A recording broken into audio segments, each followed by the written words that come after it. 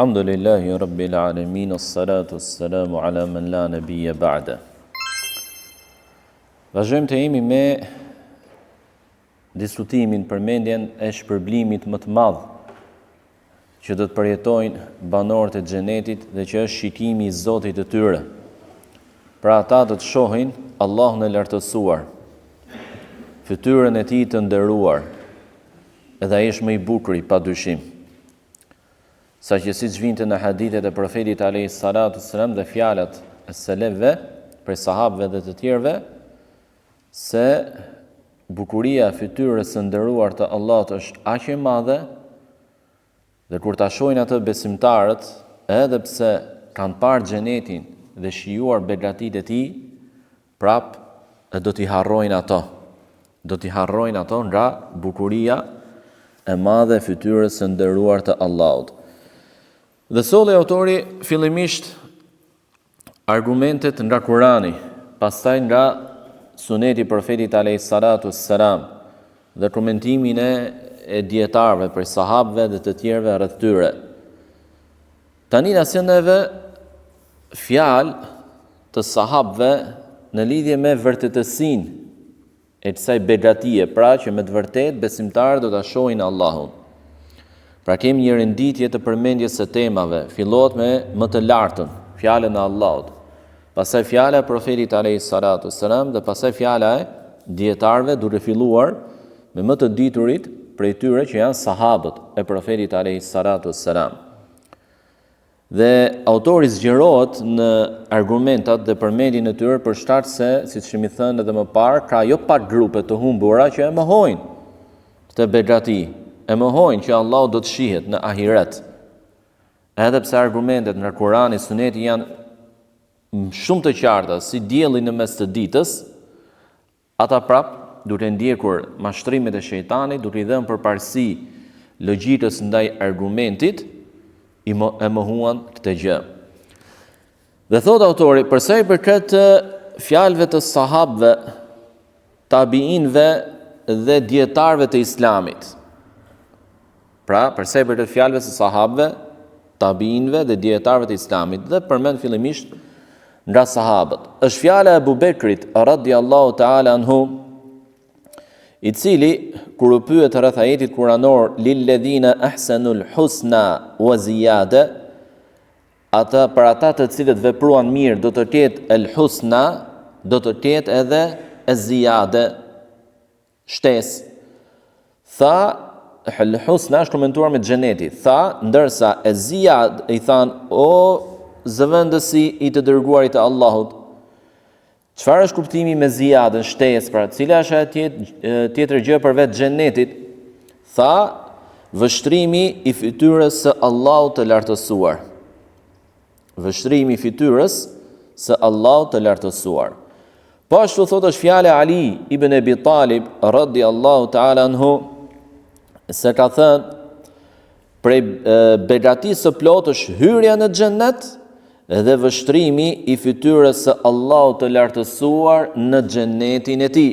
Pra edhe nga Aliu radhiyallahu ta'ala anhu kemi të njëjtin konfirmim ashtu si sahabi para tij Abu Bekri.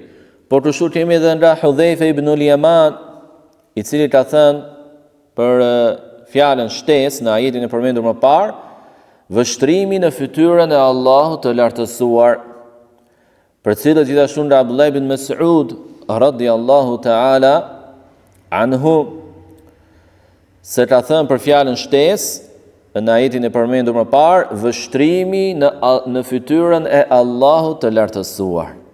Vështrimi në fytyrën e Allahut të lartësuar. Por gjithashtu për cilët po nga Ibn Mas'ud radhiyallahu ta'ala anhu, se ka thënë, betohem me Allahun, thotë, se çdo njeri për jush do të veçohet me Zotin e tij, ashtu siç veçohet me hënën në natën e Bedrit. Nata e Bedrit, i më thënë, është nata kur hëna është e plot, ka atë rrumbullaqësinë e plotë të saj. Dhe në një natë të tillë hëna është e madhe, e bukur, e qartë, dhe për bandorin për shembull që është vetëm, për njeriu që është vetëm në udhëtim apo në vendin ku jeton dhe natën, ai kërka yllin më të dukshëm, hënën, pra sikur në këtë univers është vetëm ai dhe hëna. Prandaj thotë Ibn Mas'ud, ashtu siç veçoni me hënën, pra sikur jetë vetëm ti dhe hëna. Dhe thotë dhe Allahu i lartësuar do t'i thotë, o biri i Ademit, çfarë të mashtroj ty? 3 herë do t'ja përsëris këtë pyetje. 3 herë do t'i thotë, si ju përgjigje të dërguarve, pra a i ndoqe apo jo, a pranove mesazhin e tyre apo jo, dhe si veprove me atë që mësove. Fjala do të veçohet me Zotin e tij, çfarë nënkupton? Takim. Dhe takimi, çfarë nënkupton? Edhe vështrim. Siç do të vi tek argumentet, fjalët e mëpasshme. Gjithashtu përcjellet nga Ibn Abbas se ka thënë, se e pyetën, çdo kush që do të hyjë në xhenet do ta shohë Allahun? Çdo kush që do të hyjë, pra çdo besimtar që do të hyjë në xhenet do ta shohë Allahun? Tha po, do ta shohë Allahun e lartësuar.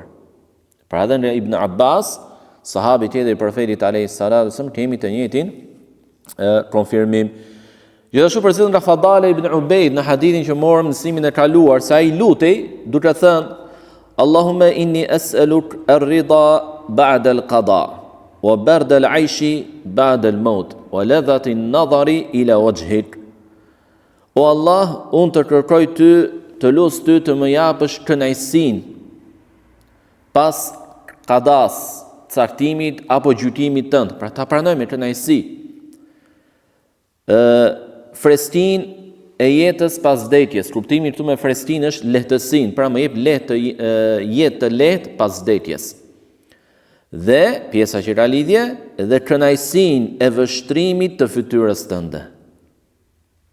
Sahabi i profetit alayhis salatu wasalam i lutse Zotin e tij për këtë begati.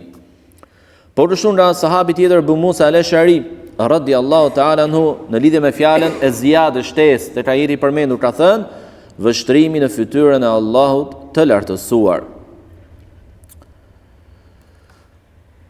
Dhe gjithashtu nga Anas ibn Malik radhiyallahu ta'ala anhu në lidhje me ajetin kuranor kur Allahu subhanahu wa taala thot waladayna mazid, dhe tek ne ata do të kenë edhe shtesë, pra përveç xhenetit do të kenë edhe diçka tjetër.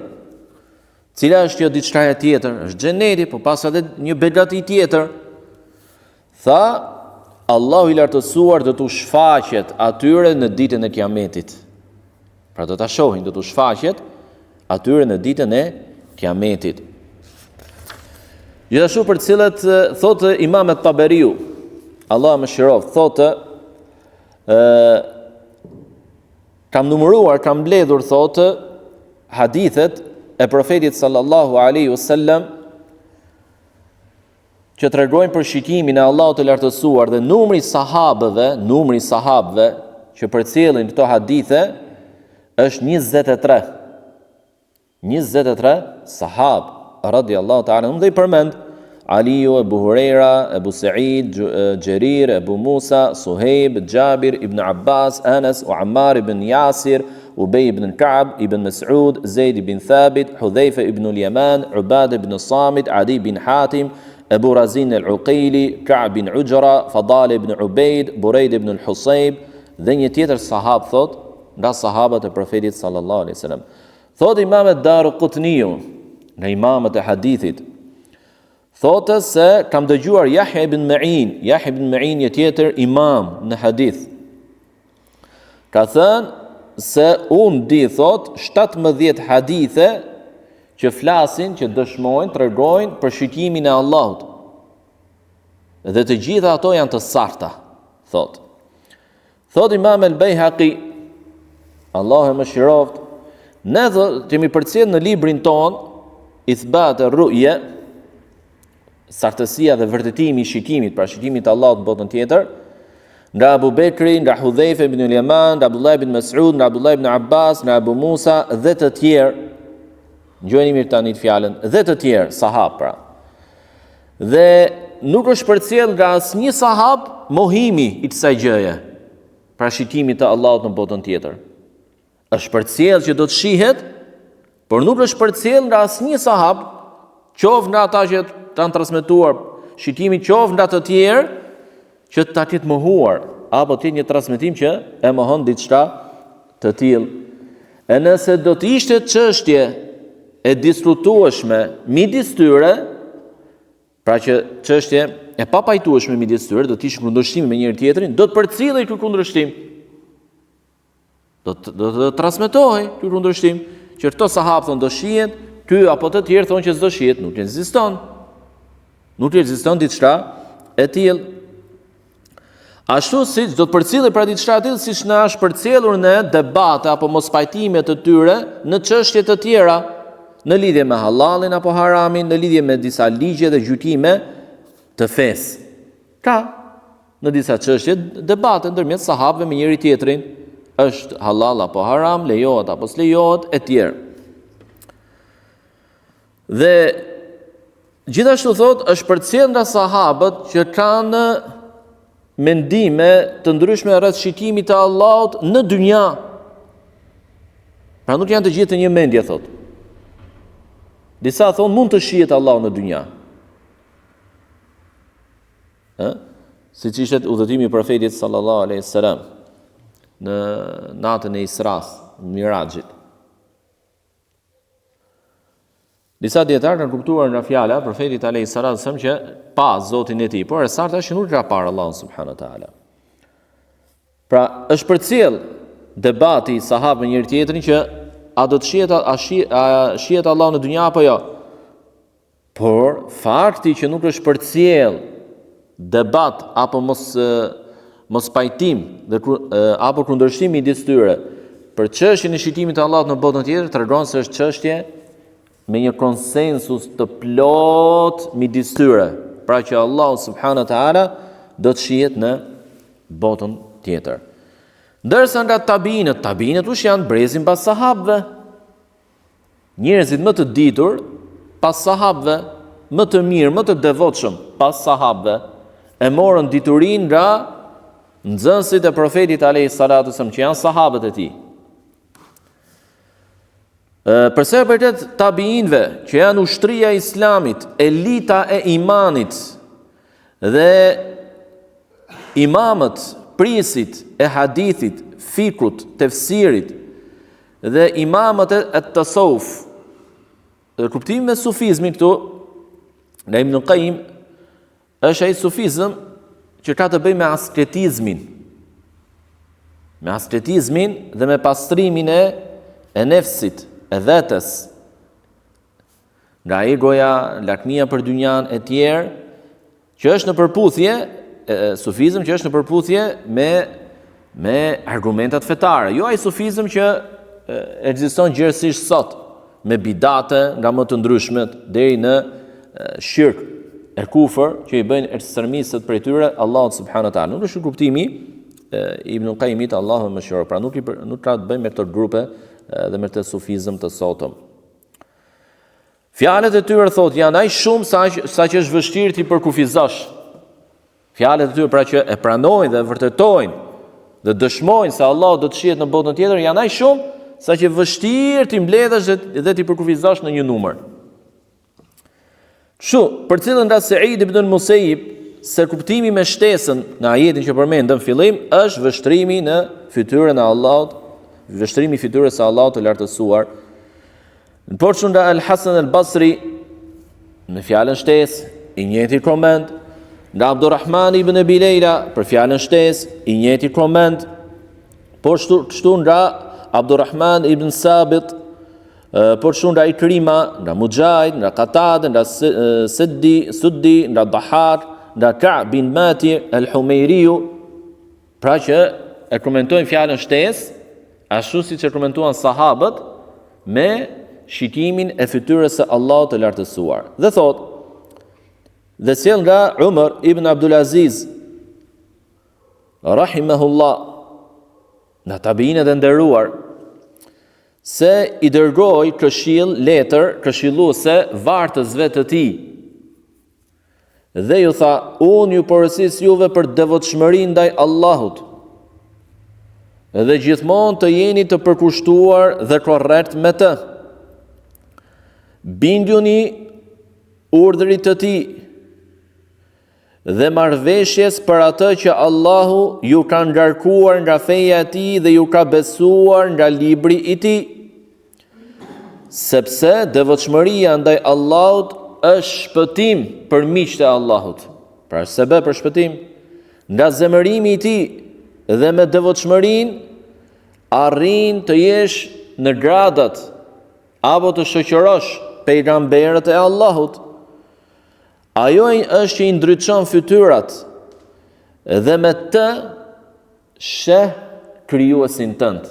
Pra devotshmëria bëhet shkak që të fitosh këtë begati dhe sheh krijuesin tënd. Pra edhe ky tabin e pranon dhe e ka këtë besim. Dhe devotshmëria thotë është mbrojtje nga fitnet në dynja dhe nga peripetësitë e ditës së Kiametit. Gjithashtu përcjellet nga Al-Amash dhe Sa'id ibn Jubair, të tjerë tabiin, se kanë thënë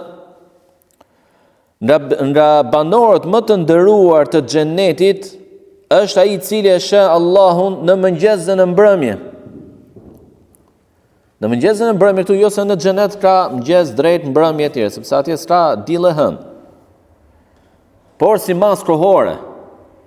Kuptimi është si mas kohore. Dhe gjithashtu përcjellet nga Hisham ibn Hassan se ka thënë Allahu subhanahu wa taala i shfaqet banorëve të xhennetit dhe kur ata e shohin atë harrojnë begatinë të cilën janë, pra harrojnë begatitë e xhennetit. Aq i bukur është Allahu i lartësuar.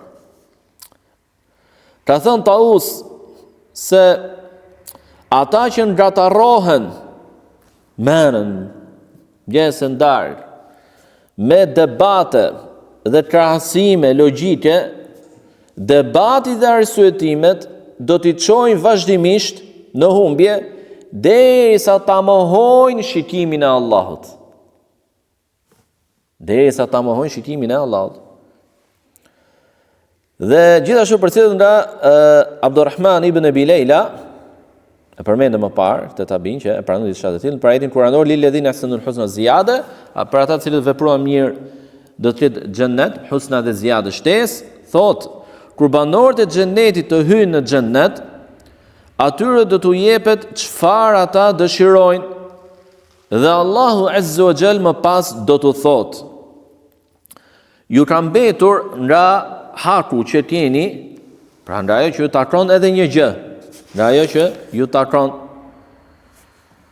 Dhe Allahu subhanahu wa taala u shfaqet atyre. Allahu subhanahu wa taala u shfaqet atyre. Dhe në atë moment thot ato nuk gjejnë begati më të madhe se sa kjo. Dhe mendojnë se nuk i është dhënë begati më parë vetë se kjo. Edhe pse morën xhenetin e begatit xhenetit, por kur shohin Allahun, u duret se s'kan marrë begati. Aq i bukur është Allahu subhanahu wa taala. Gjithashtu nga Ali ibn al-Medini thot kanë pyetur Abdullah ibn Mubarak, të dy nga imamët e Islamit, rreth ajetit kuranor ku Allahu i lartësuar thot: "Faman kana yarju liqa'a rabbih falyamal 'amalan salihan", thot ai i cili shpreson, kuptimi i është beson në takimin me Zotin e tij, takimin me Zotin e tij, le të veproj vepër të mirë. Ka thënë Abdullah ibn Mubarak, ai i cili dëshiron të shoh fytyrën e krijuesit të tij, kuptimi i takimin e Zotit i thot, të shikoj fytyrën e krijuesit të tij, le të veproj vepër të mirë pa i bërë shirk atij askënd, pa i shoqëruar atij askënd. Gjithashtu nga Nuaim ibn Hamad thot kam dëgjuar ibn Mubarak që ka thënë: atij që Allahu i pengon shikimin e tij e kanë dëshkuar atë. Pra atë që Allahu e pengon nga shikimi i fytyrës së Allahut e kanë dëshkuar. Sepse Allahu i lartësuar thot: "Kalla innahum an rabbihim yawma idhil la mahjubun, thumma innahum la salul jahim, thumma yuqalu hadha alladhi kuntum bihi tukadhibun." Kurse si ata do të jenë të penguar nga shikimi i Zotit të tyre. Ata do të jenë të penguar nga Zoti i tyre atë ditë, pra nga shikimi i tij. Dhe më pas do të futen në xhehenem dhe do të thuhet kjo është për shkak të përrinjështrimit dhe gënjeshtrës që thonit më parë. Thotë Ubad ibn al-Awam, thotë shkuam thotë se Sherid ibn Abdillah qëndroi me ne rreth 50 vjet dhe një herë i thash atij: "O Abu Abdullah, janë disa njerëz për Mu'tazilive." Mu'tazilit grupi i humbur, që kanë fjalë kufri, akidi atyre është kufër. I mohojnë cilësitë e Allahut Azza wa Jall. Që i mohojnë këto hadithe dhe përmend Allahu hadithin ku profeti alayhi salatu wasallam ka thënë se Allahu zbret në qiellin e dynjas dhe se banorët e xhenetit do ta shohin Zotin e tyre. Thotë Ubad ibn al-Awam se sheriku më tregoi mua rreth 10 hadithe që dëshmojnë këtë gjë, që Allahu zbret në qiellin e dynjas dhe do të shihet në botën tjetër, dhe më pas tha: "Për sa na përket neve, ne kemi marrë fen ton nga tabiinët dhe ata nga sahabët e profetit alayhi salatu wassalam, por këta të tjerët nga e morën." Pra që i mohojnë hadithet e tilla dhe kanë të lloj dogme të devijuar. Gjojni dhe të fundit. Thot Qubejsa ibn Uqba, shkuam një ditë të Nuaim dhe ai zbriti nga shkallët e banesës e tij dhe ul në mes të tyre dhe vije re zemërim tek ai. Zemërim tek ai. Dhe na tha Sherid bin Abdillah an-Nakhai se këta janë fëmijët e muhaxhirëve. Ata kanë thot, këta kanë përcjellur bijtë e muhaxhirëve nga i dërguari i Allahut sallallahu alaihi wasallam se Allahu i lartësuar do të shihet në ahiret. Do të shihet në ahiret. Por nuk e mohoi të gjë derisa erdhi djali i Qifutit, i ndyri, thot, duke pretenduar se Allahu nuk shihet, dhe pati për qëllim Bishr el-Merisi. Bishr el-Merisi. Shumë dietar kanë bërë qafir. Ka qenë Mu'tazili, por ka qenë edhe nga ata që thoshin se Kurani nuk është fjala e Allahut, por i krijuar. Dhe ka qenë nga kokrat, nga më të spikaturit e xehmijeve. Prandaj shumë dietarë kanë bërë qafir këtë njeri. Thotë, ky është ai i pari që erdhi me këtë gjë, që Allahu nuk do shihet në botën tjetër. Bishr el-Merisi, djali një Qifuti. Ndërsa thotë përse për këtë fjalës së dietarëve prej 4 medhhebeve, thotë, dhe dietarëve të tjerë në rangun dhe pozitën e tyre dhe pasuesit të tyre, përmendim fjalën e imamit të vendit të hijretit, shpërnguljes, ka për qëllim Medinën. Imam Malik ibn Anas, se ka thënë, njerëzit do ta shohin Allahun e lartësuar në ditën e Kiametit me syt e tyre, pra drejt për drejt. Dhe u pyet Imam Malik rreth fjalës së Allahut të lartësuar, ujuhun yawma idhin nadira ila rabbiha nadira, a ditë do të ketë fytyra të ndritshme që Zotin e tyre shikojnë. Tha, shikojnë, e pyetën, a shikojnë Allahun e lartësuar? Tha, po. Tha, po. Dhe gjithashtu e pyesin Imam Malik, i thonë, ka disa njerëz që thonë se Allahu nuk do të shihet. E mohojnë. A i tha, es-seifu, për ta shpata. Pra meritojnë luftën e zërutimin. Personat të tillë që e mohojnë.